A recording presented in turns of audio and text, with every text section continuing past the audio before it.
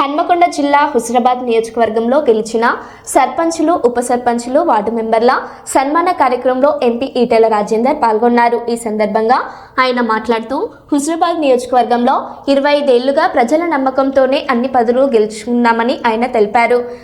డబ్బులు లేకపోయినా ప్రజలు మంచి నాయకులను గెలిపిస్తారని గ్రామ పంచాయతీ ఎన్నికల ఫలితాలు నిరూపించాయన్నారు.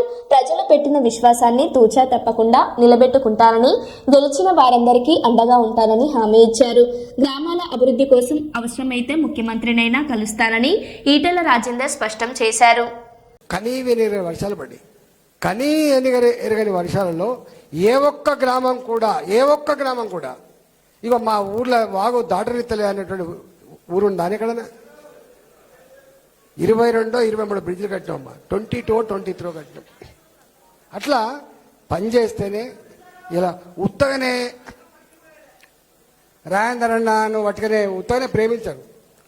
కొంతమంది అంటారు ఇక ఉద్యమకాడ అనగానే అయిపోయిందని. అరే ఉద్యమాలప్పుడు ఉద్యమాలు చేసినాం భయ్, ఉద్యమాలప్పుడు ఉద్యమం చేసినాం, మంత్రులుగా ఉన్నప్పుడు మంత్రుల పని కూడా చేసినాం.